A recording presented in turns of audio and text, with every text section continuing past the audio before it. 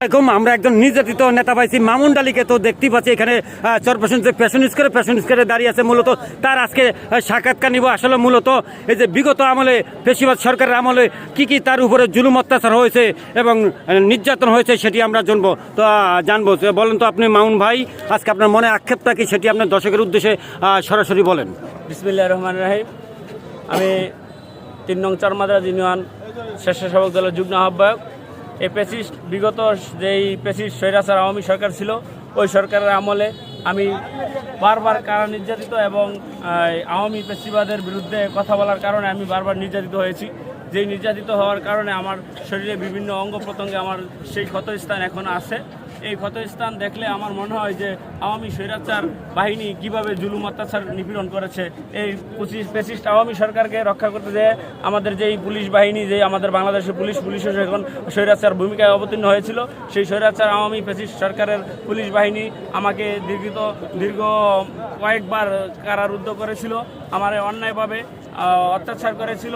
সেই অন্যায় অত্যাচারের পরিপ্রেক্ষিতে আমরা যেই 5 আগস্ট গণ অভ্যুত্থানের মাধ্যমে এই প্রেসিডেন্ট হাসিনা সরকারকে বিতাড়িত করেছি, তার সুফল এখন আমরা পাইতেছি যে কিভাবে গণতন্ত্র ফিরিয়ে দিতে হয়, কিভাবে গণতান্ত্রিক ধারা অব্যাহত রাখতে হয়, আমরা গণতান্ত্রিক মানুষ কিভাবে গণতন্ত্রকে আমরা বুকে লালন করি, আমরা কিভাবে গণতন্ত্র প্রতিষ্ঠা করি, সেটাই এই যেই নির্বাচন গেল, ইতিমধ্যে যে নির্বাচন হয়েছিল সেই নির্বাচনে আমরা দেখিয়ে দিয়েছি আমরা কারোর সাথে অন্যায় এবং জুলুম করিনি। আমাদের মতের বিরুদ্ধে মত ছিল, তাদেরকে আমরা প্রভাবিত করি নাই। আমরা তাদেরকে মন খুলে তাদের ভোট চাওয়ার অধিকার ফিরিয়ে দিয়েছি।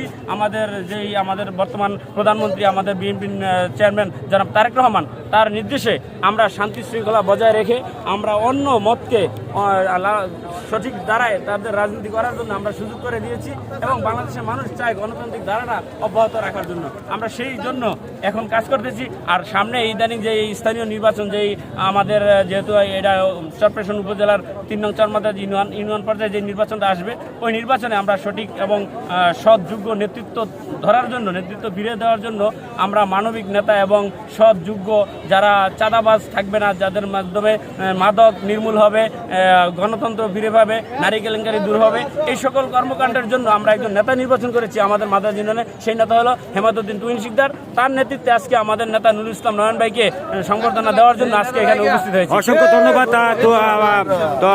অসংখ্য ধন্যবাদ ভাই আপনাকে, মামুন আলীকে।